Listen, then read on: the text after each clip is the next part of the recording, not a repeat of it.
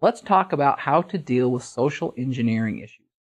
Now, what exactly is social engineering? You've probably heard that a lot in magazine articles, on television reports and such. Social engineering is an attempt on the part of some malevolent person to fraudulently acquire sensitive information from your users. This can include information such as usernames, passwords, credit card numbers, bank statement numbers, perhaps social security numbers, birth dates, or sensitive information about the organization that that user works for. Now, social engineering is done using a type of masquerading. A person masquerades as a trustworthy person, approaches the user, and asks them for this information. And because of the way people are, they generally want to help out the person. There are many different social engineering techniques. However, there are two that are commonly used. One is the help me scenario. What happens is that someone approaches the end user, usually over the phone. The phone is a social engineer's best friend. And they usually call from a cell phone, so the user can't tell exactly where the call is coming from. All they see is that it's a wireless call. And they will ask the user for help. They may say, I've lost my password. The lost password scenario is very common. They say, my name is Bob. I work in accounting with your company. I'm on the road. I have a big presentation in 15 minutes. I've got to get a copy of my presentation. I can't log into the network because I've forgotten my username and password. Will you let me have yours just for a few minutes just so I can get that file? And you're sitting there, or the end user sitting there going, oh, I better help this person. Oh, I'd hate to be in that boat. I will, yeah, here's my username and password. Here, I'll give you whatever you need. At the same time, there's a little bit of fear because you don't want to be blamed if that person is not able to give their presentation and something bad happens to the company, they don't get a contract or whatever it is as a result. So you say, okay, I'll give you that information. Well, most of the time that's not legitimate. Bob should never need to use your password to get his information, right? End users don't understand that. Another common approach, the authority figure approach. And this manifests itself in several different scenarios. One very common one is the network administrator approach.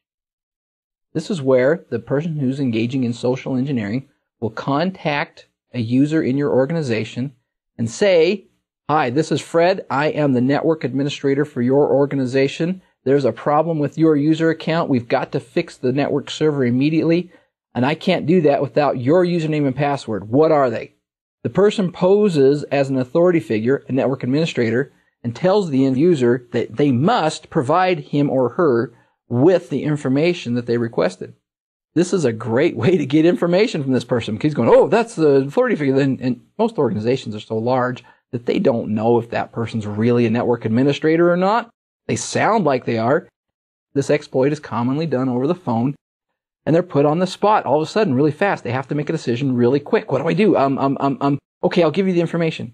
Well, that end user needs to understand that a network administrator never needs the end user's password and username to do anything. That network administrator should be able to do anything they want with that user account. They should be able to create a new user account. They should be able to change that user's password. They never, ever, ever need the end user to supply them with their username and password. Another approach that's commonly used with the authority figure is the boss.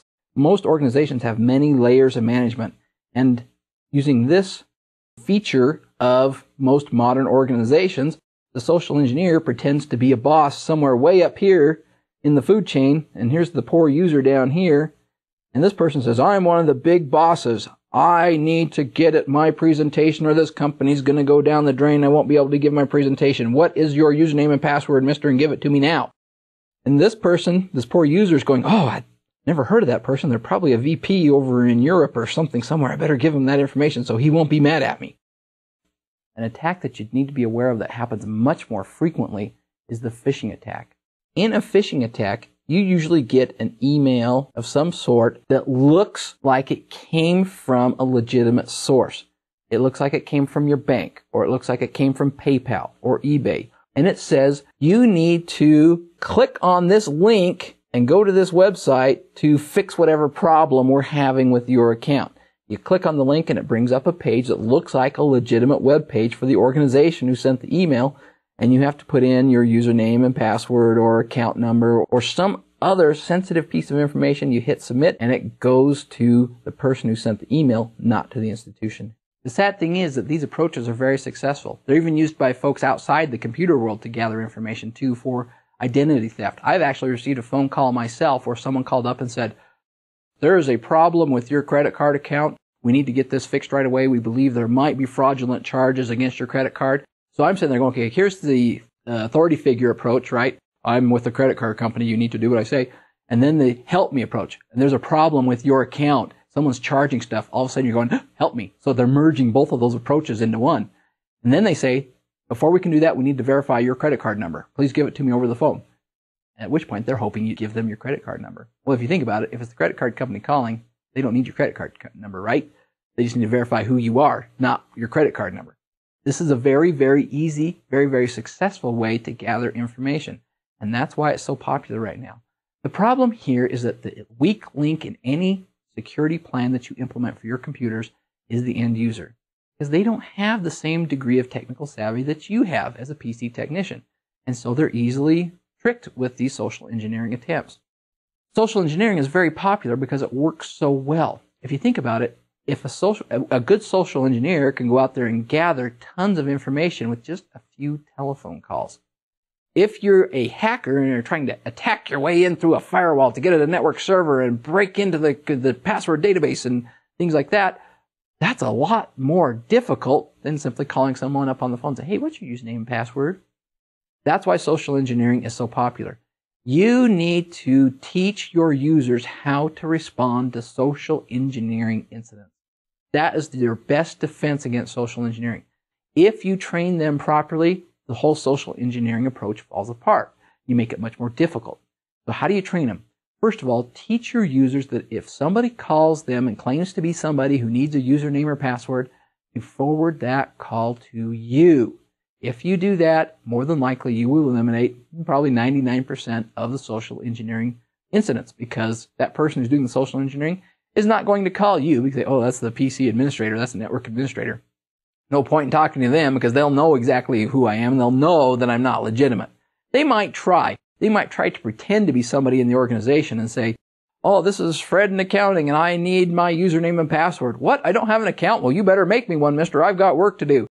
When in fact they don't actually work for the company. But the nice thing is that you're in a position to verify that information, whereas the person down working in accounts receivable answering the phones does not have the ability really to verify the information.